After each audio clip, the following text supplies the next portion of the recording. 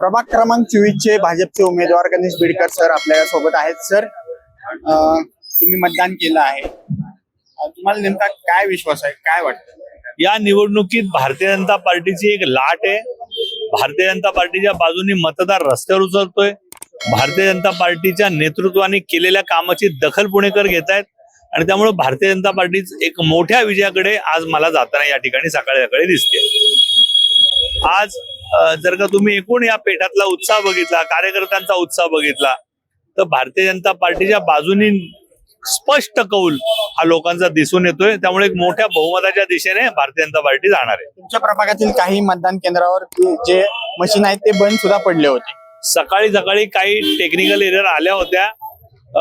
अटल बिहारी वाजपेयीचा 51 नंबरचा बूथ, खडीजा मैदान कोटीवरचे 2 बूथ, आचार्य आत्रे शाळेतले 1 बूथ, असे सगळे बूथ मशीन बंद होत्या. तासाभरांनी त्या चालू झाल्या. त्यामुळे तिथल्या आम्ही निवडणूक निर्णय अधिकाऱ्यांना विनंती केली की तेवढ्या बूथ पुरती 1 तास तुम्ही वेळ वाढवून द्यावी.